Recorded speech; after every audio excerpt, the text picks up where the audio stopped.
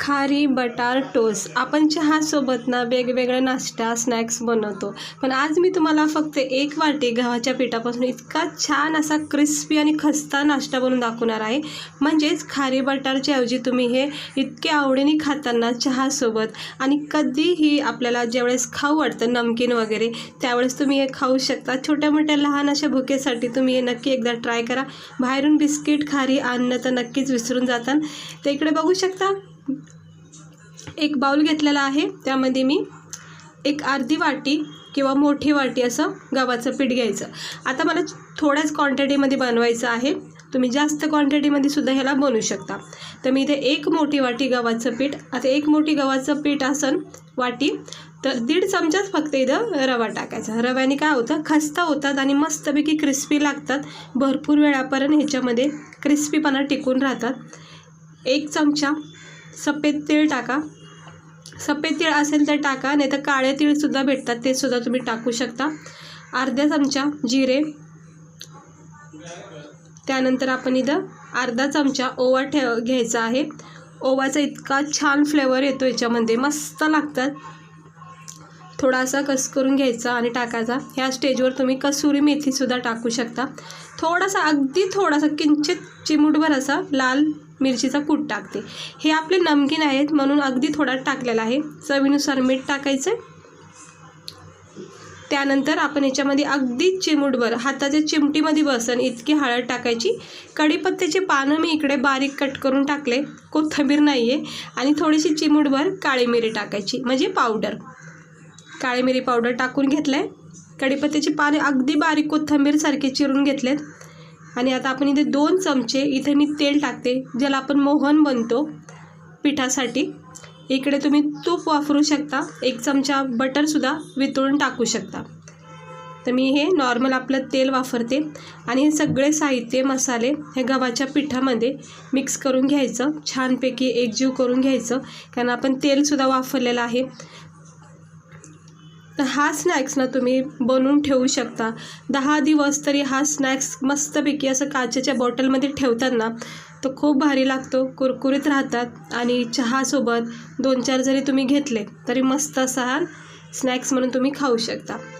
पाव, ब्रेड, खारी बटार आपण बाहेरून आणतो, विकत आणतो, त्यापेक्षा घरच्या घरी आणि मस्तपैकी टेस्टी असा हा स्नॅक्स तुम्ही बनवू शकता.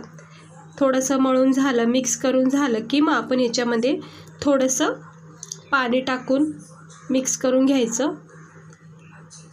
अगदी थोडं थेंब पाणी टाका, जास्त पाणी टाकायचं नाही, कारण आपल्याला बॅटर जो आहे ना हा घट्ट हवा आहे. हे बघा, हे असं थोडं पाणी जसं मला लागते तसं मी पाणी टाकून छान याचा डो म्हणजेच पीठ मळून घेतलं आहे. तर सुंदर असं पीठ मळलं जातं खूप कमी वेळामध्ये. हे बघा, ह्याला थोडा वेळ ठेवायचा. आणि पोलपाट घेतला आहे चपातीचा नॉर्मल. आणि हे बघू शकता, हे जे पीठ मळलं होतं ना ते आता छानपैकी मी नरम केलं आहे थोडंसं. आणि पोलपाटवर एक मोठी लाटी केली तयार पिठाची. थोडंसं सुक्कं पीठ टाकायचं आणि मोठी चपाती लाटून घ्यायची. हे बघू शकता, भरपूर अशी. आता क्रिस्पी हवं असेल तुम्हाला, जास्तच कुडकुडीत हवे असेल, एकदम असे वाजल्यासारखे खाता वेळेस, तर ना पातळ चपाती लाटायची. आणि थोडासा नॉर्मल क्रिस्पीपणा हवा असेल तर जरासं जाडसर ठेवायचं. वरून सफेद तीळ टाकायचे, काळे तीळ सफेद तीळ टाकू शकता, कोणते पण. आणि याला असं लाटून घ्यायचं नॉर्मल चपातीवाणी, काही तुटत नाही. रवा असताना सुद्धा ही चपाती कुठंच तुटत नाही. हे बघा, छानपैकी गोलाकार द्यायचा हलक्या हाताने. आता पातळ जाड मी सांगितलं आहे, आवडीनुसार तुम्ही इथे लाटू शकता. तर मी थोडी जाडसर ठेवली आहे. आता चाकू घ्यायचा आणि हलक्या हाताने चौकोन आकार द्यायचा. साईडच्या कडा काढायच्या, ह्या अशा साईडच्या कडा काढायच्या, म्हणजे आपल्याला चौकोन आकार द्यायचा आहे चपातीला. हे बघू शकता, हे असं काढायचं, चारी बाजूनी कट करून टाकायचं. तर छान असा चौकोन आकार झाला आहे, कारण आपल्याला हे बिस्किट बनवायचे चहासोबत खाण्यासाठी किंवा असं स्नॅक्स टाईमसाठी. ते असे चौकोन बॉक्स बनवायचे, जसं तुम्ही व्हिडिओमध्ये बघत आहात तसे बनवायचे. आता इथे सुद्धा तुम्ही कमी जास्त साईज करू शकता. हे बघा, छानपैकी मस्त असा हा चौकोन आकाराचा आपला जे बिस्किट आपण याला बोलतो हे तयार झालेलं आहे. अजूनही ह्याचं थोडंसं काम बाकी आहे. ते असे जरा मोकळे करून घ्यायचे. चिटकला असेल तर त्याला थोडंसं काढून मग प्रेस करायचं आणि चाकूच्या साहाय्याने याला असे थोड्या थोड्या चिरा पाडायच्या, म्हणजे कट कर. अगदी जास्त जोरात प्रेस नाही करायचं, अगदी हलक्या हाताने फक्त टच करायचं, म्हणजे कसं परफेक्ट बिस्किटचा लुक येईल. बिस्किटवर असतात बघा अशा लाईन लाईन, हे अशा हलक्या हाताने फक्त टचअप करायचं बस, नाही तर काय होऊन कट होऊन जाईल पूर्ण बिस्किट. आता हे उरलेल्या पिठाची म्हणजे जे कड्या निघल्या होत्या बघा त्याची सुद्धा गोळे करून मस्त चपाती लाटून घेते आणि ह्याला सुद्धा सेम प्रोसेसने कट करते. तीळ टाकते वरून, प्रेस करायचे, लाटून घ्यायचे. पातळ लाटणार आहे मी चपाती आणि पुन्हा एकदा चौकोन आकार द्यायचा. साईडच्या कडा काढून ठेवायच्यात आणि परत एकदा बॉक्स करायचे चौकोन. हे थोडंसं शेप जरा व्यवस्थित आलं नाही, आता परफेक्ट झाला आहे. आणि परत एकदा सेम प्रोसेसनीच करते कटिंग, बघू शकता. मस्त सर्व करून घेते, एका प्लेटमध्ये काढून घेतलेलं आहे आणि सुंदर असे भरपूर इतके सारे बिस्किट झाले. तेल गरम करायचे आणि मंद आच ठेवायची, फास्ट ठेवू नका, अगदीच करपून जातील काही सेकंडमध्येच. म्हणून मंद आचेवरच हे फ्राय करा, कारण की मंद आचेवर तुम्ही फ्राय केलं ना बिस्किट हे तर आतपर्यंत छान क्रिस्पी भाजले जातील. आणि फास्ट फ्लेम केली तर लगेचच वरच्यावर रंग चढेल, करपले जाऊ शकतात आणि कच्चापणा तसाच राहील. म्हणून हळू गॅसवर, स्लो गॅसवर फ्राय करायचा. हे बघू शकता मस्त झालेत बघा. हे बघा किती छान वाटतात हे बघा. असे आपला रंग असा हा बिस्किटाचा गोल्डन रेड ब्राऊन रंग येईपर्यंत याला फ्राय करायचं मंद आचेवर. अजिबात इथे मी गॅस फास्ट ठेवला नाही, फक्त तेल चांगलं तापून घेतल्यामुळं स्लो गॅसवर मग छान भाजले जातात.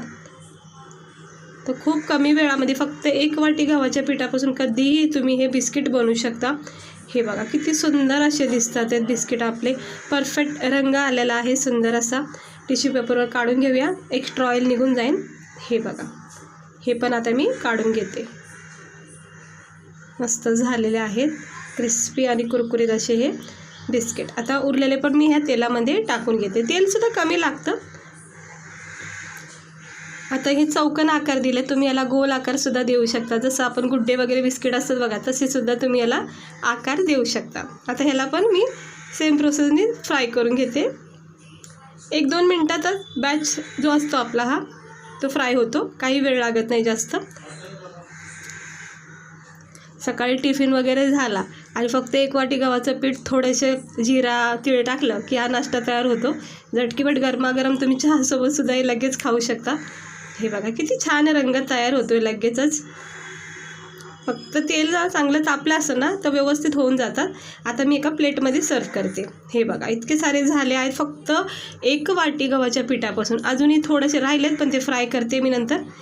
ते बघू शकता किती मस्त झालेत, खस्ता क्रिस्पी असे आपले हे गव्हाच्या पिठापासून आपण हे बिस्किट बनवलेले आहेत. खारी टोस्ट बटर आपण आणतो, पण हे घरच्या घरी ट्राय नक्की करून बघा. छोटीशी भूक लागली तर तुम्ही हे 2-4 बिस्किट जरी खाल्ले तर खूप चांगलं आहे, कारण की याच्यामध्ये आपण गव्हाचं पीठ वापरले. बघू शकता मस्त झाले, कडक आहेत छानपैकी. आणि जसा जसा वेळ जाईल ना ह्याच्यामधला कडकपणा तयार राहतो. रवा असल्यामुळं खूप क्रिस्पी आहेत, सुंदर लागतात, टेस्टी लागतात. 1 कप चहाचा कप घ्यायचा. मला तर इतका मूड झाला होता की मी चहा ठेवलाच होता साईडला. तर बघू शकता गरमागरम चहा माझा तयार झाला आहे आणि हे 2-4 मस्त क्रिस्पी असे नमकीन बिस्किट घेणार आहे. आता खारी टोस्ट आणायचं विसरूनच जाणार आहे, कारण हे बाटली भरून ठेवायची करून, आणि कधीही चहा केला किंवा मूड झाला तर तुम्ही असं घेऊन खाऊ शकता. तर बघा असे नमकीन स्नॅक्स चहासोबत असेल, बाहेर रिमझिम पाऊस असेल तर काय बात आहे. तर बघा असं गरमागरम चहा आणि हे असे बिस्किट, ओवा जिराचा छान असा फ्लेवर टाकला आहे, सोबत तिळाची कोटिंग आहे आणि मस्त असे कडक झालेले आहेत. तर चहाचा एक घोट घेतलेला आहे. असं डिप करून पण तुम्ही याला खाऊ शकता किंवा असं सिंपल बाईट्स घेऊन सुद्धा तुम्ही याला खाऊ शकता. तर मस्त झालेत, खमंग लागतात, टेस्टी लागतात. लहान मुलांनासुद्धा तुम्ही हे टिफिनमध्ये बनवून देऊ शकता. तर नक्की एकदा ट्राय करा. आवडला असेल तर लाईक करा. चला भेटते मी तुम्हाला पुढच्या व्हिडिओमध्ये. स्वस्त राहा आणि मस्त राहा.